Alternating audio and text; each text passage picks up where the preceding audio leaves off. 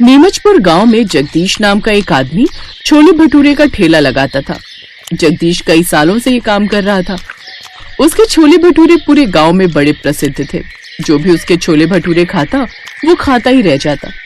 जगदीश के परिवार में उसकी पत्नी और एक बेटा बेटी रहते थे। उसकी बेटी की शादी हो गई थी और 18 साल का बेटा धीरज दिन भर अपने दोस्तों के साथ आवारागर्दी करता और शाम को ही घर लौटता। एक रोज जगदीश अपने बेटे से, बेटा धीरज, अब इस बुढ़ापे में मुझसे ज्यादा देर तक ठेले पर खड़ा नहीं रहा जाता। अब ऐसा करा कर तू भी मेरे साथ ही चला कर, जिससे तू भी मेरी तरह छोले भटूरे बनाना सीख जाए। अरे नहीं बाबूजी, मैं आपकी तरह ये काम नहीं करना चाहता। मुझे ये सब काम पसंद नहीं है। मैं तो शहर जाकर नौकरी करना चाहता हूँ, नौकरी। इतना कहकर धीरज फिर से अपने दोस्तों के साथ तफरी करने घर से निकल जाता है। देखा तुमने उमा, ये लड़का बिल्कुल भी मेरी बात सुनने के लिए तैयार ही नहीं है। पता नहीं क्या होगा इस लड़के का। आप चिंता क्यों करते हैं जी? आप तो बस भोलेनाथ पर विश्वास रखिए, वो एक रोज सब ठीक करेंगे। उमा और जगदीश भगवान शिव और माँ पार्वती के बड़े भक्त थे। वो हर रोज सुबह शाम उनकी पूजा पाठ करते थे। ऐसे ही कुछ दिन बीत गए। जगदीश सुबह से ठेले पर छोले भटूरे बेचता और शाम होते ही घर लौट आता। एक रोज जब वो छोले भटूरे बेचकर घर लौट रहा था तो एक साधु बाबा उसे रास्ते में मिल जाते हैं। बेटा, बहुत जोर की भूख लगी है। 2 दिन से भूखा हूँ, मुझे कुछ खाने को दे दो बेटा। जगदीश ने जल्दी से छोले भटूरे की प्लेट निकाली और बाबा को खाने को दिया। ये लीजिए बाबा, ये खा लीजिए। साधु बाबा झट से सारे छोले भटूरे खा लेते हैं। फिर वो साधु बाबा जगदीश से पूछते हैं, बेटा तू इतना उदास क्यों है? जगदीश उन्हें सारी बात बताता है। बेटा तू एक काम कर, कुछ दिन के लिए तू मेरे साथ मेरी कुटिया में चल और वहीं चल कर रह। और हाँ, घर में किसी से इस बारे में कुछ मत कहना। लेकिन बाबा, ऐसे तो मेरे बेटे और मेरी पत्नी को मेरी चिंता सताएगी, वो परेशान हो जाएंगे। कुछ नहीं होगा बेटा, तू बस मेरे साथ चल। जगदीश उस साधु के साथ चला जाता है। ऐसे ही अंधेरा हो जाता है। उमा और धीरज को उसकी चिंता सताने लगती है। इतनी देर हो गई, अंधेरा हो गया, लेकिन तुम्हारे बाबा अभी तक घर नहीं लौटे। आज से पहले तो कभी उन्होंने इतनी देर नहीं की। मेरा तो दिल बैठा जा रहा है। अरे ओफो माँ, तुम बेकार में ही चिंता कर रही हो। अरे बाबा को कुछ नहीं होगा, आप यहीं रुकिए, मैं उन्हें देख कर आता हूँ। धीरज जगदीश को ढूंढने निकल जाता है, लेकिन पूरे रास्ते उसे जगदीश कहीं भी नहीं दिखता। वो उस जगह भी जाता है जहाँ जगदीश अपने छोले भटूरे का ठेला लगाता था, लेकिन उसे वो वहां भी नहीं मिलता। ऐसे ही कुछ दिन बीत जाते हैं। जगदीश का कुछ अता पता नहीं था। उमा का रो रो कर बुरा हाल था। ऐसे ही कुछ दिन और बीत जाते हैं। फिर एक रोज, मेरी तो कुछ समझ में नहीं आ रहा, अब इस घर का खर्च आखिर कैसे चलेगा। उन्होंने कितनी बार तुझसे कहा कि छोले भटूरे बनाना सीख ले, लेकिन तूने तो जैसे उनकी बात ना सुनने की कसम खा रखी थी। अरे माँ, अब मुझे क्या पता था कि एक दिन अचानक बाबा इस तरह से कहीं चले जाएंगे। लेकिन मैं अपने बाबा के काम को आगे बढ़ाऊंगा। अब मैं छोले भटूरे का ठेला लगाकर बेचूंगा। लेकिन तुझे तो भटूरे बनाने आते ही नहीं, फिर तू कैसे? माँ, थोड़ा बहुत तो बना ही लूंगा ना। अब धीरज फोन की मदद से छोले भटूरे बनाना सीखता है, लेकिन उनसे कोई भी छोले भटूरे नहीं खरीदता था, क्योंकि ना तो धीरज को कोई जानता था और ना ही उसे उतनी अच्छी तरह छोले भटूरे बनाने आते थे। ऐसे 4-5 दिन बीत जाते हैं। वो हर रोज वहां आता और छोले भटूरे बनाकर बेचता, लेकिन कोई भी उससे छोले भटूरे नहीं खरीदता, क्योंकि ना तो उसे कोई जानता था और ना ही वो जगदीश की तरह स्वादिष्ट छोले भटूरे बना पाता था। फिर हार थक कर वो एक दिन भोलेनाथ के मंदिर जाता है और उनसे हाथ जोड़कर प्रार्थना करता है। ए भोलेनाथ, अगर ऐसे ही चलता रहा ना तो मैं तो बर्बाद ही हो जाऊंगा। घर में जो थोड़ी बहुत बचत थी वो तो मैंने छोले भटूरे के सामान में लगा दी। कुछ दिन से सारे छोले भटूरे बेकार ही जा रहे हैं। काश मैंने बाबा की बात सुन ली होती और उनसे अच्छे से छोले भटूरे बनाना सीख लिए होते। इसके बाद वो मंदिर से घर आ जाता है और फिर ठेला लेकर काम पर चला जाता है। कुछ देर बाद उसके पास एक बुढ़िया आती है। मुझे 1 प्लेट छोले भटूरे दे दो, मैंने कल से कुछ नहीं खाया। धीरज उस बुढ़िया को 1 प्लेट छोले भटूरे देता है, जिसे खाते ही बुढ़िया कहती है, छी, इसमें नमक कितना तेज है, क्या तुम्हें छोले भटूरे बनाने नहीं आते? ये सुनकर धीरज की आंखों से आंसू बहने लगते हैं और वो रोते हुए उसे सारी बात बताता है। अच्छा, तो ये बात है, कोई बात नहीं, मैं तुम्हें छोले भटूरे बनाना सिखाऊंगी और तुम चिंता मत करो, कुछ ही दिनों में तुम बहुत बढ़िया छोले भटूरे बनाना सीख जाओगे। अब वो बुढ़िया रोज उसके ठेले पर आकर उसे छोले भटूरे बनाना सिखाने लगी। अब उसकी अच्छी कमाई होने लगी थी। अब उस बुढ़िया माई ने भी उसके ठेले पर आना बंद कर दिया। ऐसे ही पूरा 1 महीना बीत जाता है। अब वो पूरा ठेला अच्छे से अकेले संभालने लगा। उधर साधु के साथ आराम से कुटिया में रह रहे जगदीश को साधु बाबा ने कहा, बेटा, अब समय आ गया है कि तू अपने घर लौट जाए। अब तेरी परेशानी खत्म हुई। जगदीश अपने घर आ जाता है। उसे देखकर उसकी पत्नी फूट फूट कर रोने लगती है। फिर वो अपनी पत्नी को सारी बात बताता है। उमा, वैसे धीरज कहाँ है? वो कहीं नजर नहीं आ रहा। वो छोले भटूरे का ठेला लगाने गया है जी। ये सुनकर जगदीश खुश हो जाता है और जल्दी से उस जगह जाता है जहाँ धीरज ठेला लगाता है। जगदीश देखता है कि धीरज के ठेले पर लोगों की खूब भीड़ लगी हुई है और वो सभी उसकी खूब तारीफ कर रहे हैं। ये सब देख जगदीश की आंखों में आंसू आ जाते हैं और अपने बेटे को जाकर गले से लगा लेता है। मेरे बेटे, शाबाश। बाबा, आप ठीक है? आप कहाँ चले गए थे? हमें आपकी कितनी याद आती थी। जगदीश उसे सारी बात बताता है। आपको देखकर मैं सचमुच बहुत खुश हूँ बाबा। अच्छा बाबा, क्या आप मेरे हाथों के बने छोले भटूरे खाना पसंद करेंगे? अब हाँ हाँ, क्यों नहीं मेरे बच्चे। धीरज जगदीश को छोले भटूरे खाने को देता है, जिसे खाकर वो बहुत खुश होता है क्योंकि वो उसके बनाए हुए छोले भटूरे से भी ज्यादा स्वाद बने थे। अब वो दोनों बाप बेटे रोज मिलकर छोले भटूरे बनाते। एक शाम जब वो घर आने लगते हैं तो देखते हैं कि वही साधु बाबा और वही बुढ़िया माई उनके ठेले पर आते हैं। हमें छोले भटूरे नहीं खिलाओगे बच्चा? अरे साधु महाराज, आप यहाँ? हाँ हाँ, अभी लो। जगदीश उन दोनों को छोले भटूरे खाने को देता है। जानते हो धीरज बेटा, ये वही साधु महाराज हैं जिनकी कुटिया में मैं 1 महीने तक रहा था। और बाबा, ये वही बुढ़िया माई है जिन्होंने मुझे इतने स्वादिष्ट छोले भटूरे बनाना सिखाए थे। छोले भटूरे खाते ही वो दोनों शिव और पार्वती के रूप में प्रकट हो जाते हैं। उन्हें देख दोनों बाप बेटे हैरान रह जाते हैं।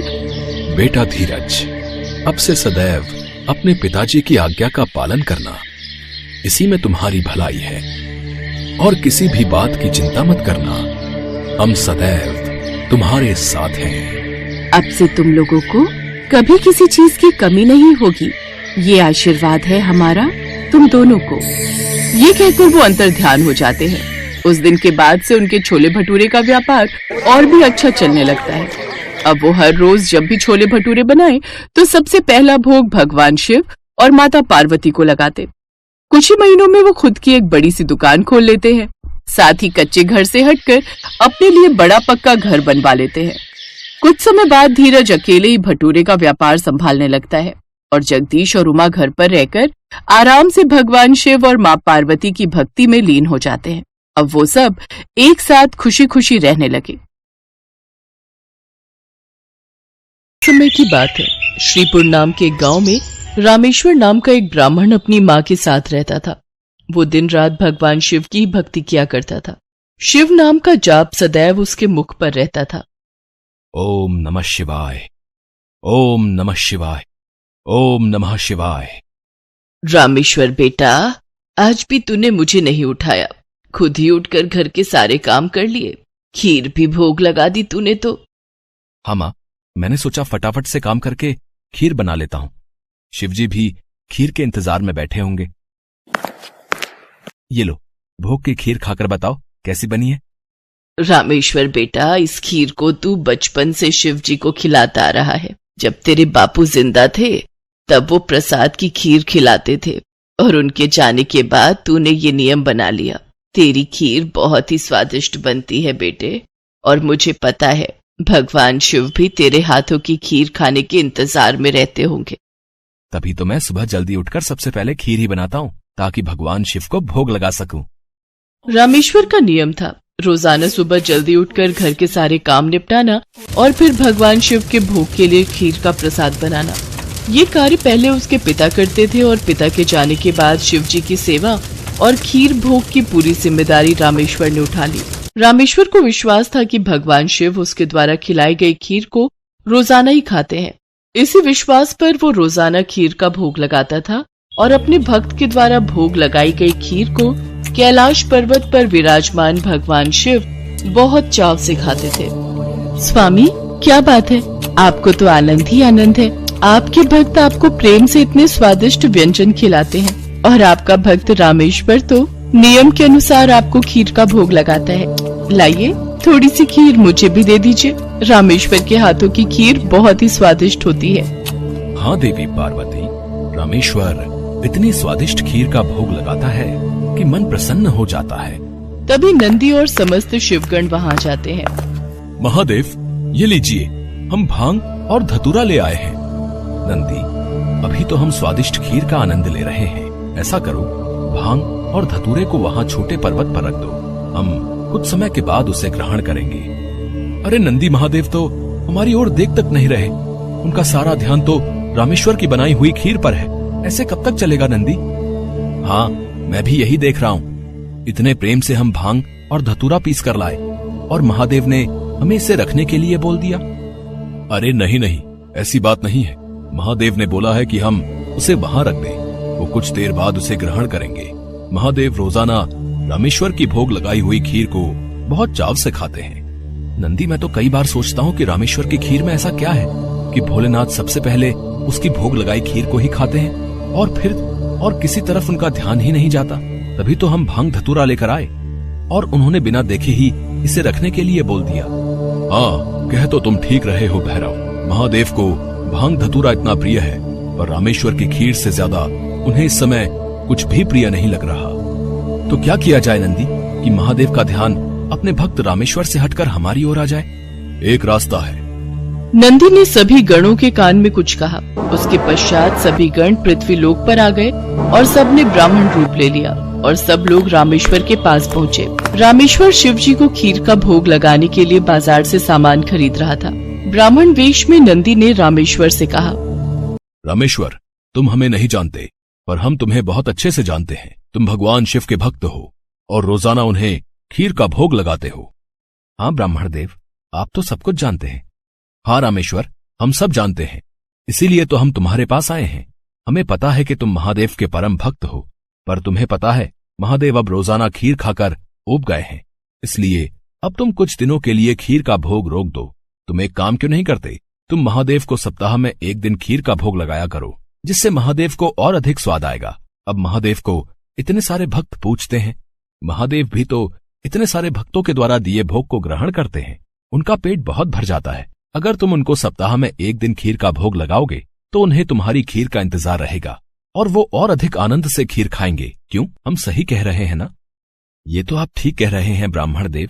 इस विषय में तो मैंने कभी सोचा ही नहीं। अब मैं एक काम करता हूं, मैं सप्ताह में एक दिन ही भगवान को खीर का भोग लगाया करूंगा, ताकि वो और भी भक्तों का प्रसाद ग्रहण कर सकें और फिर उन्हें मेरी खीर का बेसब्री से इंतजार रहे। भोला भाला रामेश्वर शिवगणों की बातों में आ गया। शिवगण खुशी खुशी कैलाश वापस लौट आए। अब शिव जी रोजाना रामेश्वर की खीर का इंतजार करने लगे कि कब रामेश्वर उन्हें भोग लगाए और कब वो खीर का भोग खाए। पर कुछ दिनों तक रामेश्वर ने खीर का भोग बनाया ही नहीं, तो शिव जी को खीर कहाँ से मिलती। अब सप्ताह में एक दिन रामेश्वर ने खीर का भोग लगा दिया तो शिव जी ने खीर खा ली। फिर उसके बाद कुछ दिन और खीर नहीं मिली तो भगवान शिव सोच में पड़ गए। उन्होंने अपने नेत्र बंद किए और उन्हें सारी सच्चाई पता लग गई और भगवान शिव को गुस्सा आ गया। शिव जी को गुस्से में आया देख सभी गण उनके समक्ष हाथ जोड़कर खड़े हो गए। नंदी, श्रृंगी, वीरभद्र, भैरव, तुम सभी गण जानते भी हो कि तुमने क्या किया है। मेरे भक्त रामेश्वर के द्वारा भोग में अर्पित की गई खीर मुझे कितनी प्रिय है और तुमने उसे खीर का भोग रोजाना लगाने के लिए मना कर दिया। महादेव, हमें क्षमा कर दीजिए, हमसे भूल हो गई। महादेव, जब हम आपको खीर खाता हुआ देखते थे तो हम यही सोचते थे कि आप हमारी ओर ध्यान नहीं दे रहे हैं। अच्छा, तो ये कारण है, पर तुम सब ये नहीं जानते कि मेरा प्रेम अपने सभी भक्तों पर एक समान है।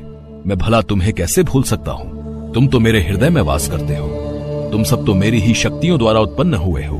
संसार में मेरा प्रत्येक भक्त मुझे एक समान प्रिय है और प्रत्येक भक्त के हृदय में मैं ही विद्यमान हूँ। इसलिए मेरा प्रेम कभी भी कम या ज्यादा नहीं हो सकता। माता पिता के लिए तो उनके सभी बच्चों में प्रेम एक समान होता है, फिर तुम ये भूल कैसे सकते हो? भगवान शिव की बातें सुनकर सभी शिवगण समझ गए कि उन्होंने कितनी बड़ी भूल कर दी। सचमुच महादेव का प्रेम तो अपने सभी भक्तों के लिए एक समान रहता है। इसके बाद सभी शिवगण फिर से एक बार रामेश्वर के पास गए। रामेश्वर, हमें भगवान शिव का संदेशा आया है। वो कह रहे थे कि तुम्हारी खीर इतनी स्वादिष्ट होती है कि वो सप्ताह भर की प्रतीक्षा नहीं कर सकते। सप्ताह में एक दिन भोग से उनका मन ही नहीं भरता, इसलिए उनकी आज्ञा है कि तुम रोजाना ही उन्हें खीर का भोग लगाया करो। आप सच कह रहे हैं ब्राह्मण देव? भगवान शंकर को मेरे हाथों की बनी खीर इतनी प्रिय है? ठीक है, फिर मैं रोजाना उन्हें खीर का भोग लगाऊंगा। ये सुनकर रामेश्वर बहुत खुश हुआ। अब एक बार फिर रामेश्वर रोजाना खीर बनाकर भगवान शिव को भोग लगाने लगा। अब तो समस्त शिवगण भी भगवान शिव के साथ रामेश्वर द्वारा भोग लगी प्रसाद की खीर का आनंद लेते और खूब भरपेट खीर को खाते। भगवान शिव और देवी पार्वती दोनों सभी गणों को इस प्रकार खीर खाता देख मंद मंद मुस्कुराने लगे। भगवान शिव ने अपने परम भक्त रामेश्वर को सभी सुख सुविधाओं से पूर्ण रखा। उसके जीवन में कभी भी कोई कठिनाई नहीं आई। रामेश्वर का विवाह एक बहुत ही सुशील कन्या के साथ हुआ। उसके घर में 2 बच्चों का जन्म हुआ। अपने परिवार के साथ संपूर्ण जीवन खुशी खुशी व्यतीत करके रामेश्वर अंत में मोक्ष को प्राप्त हुआ।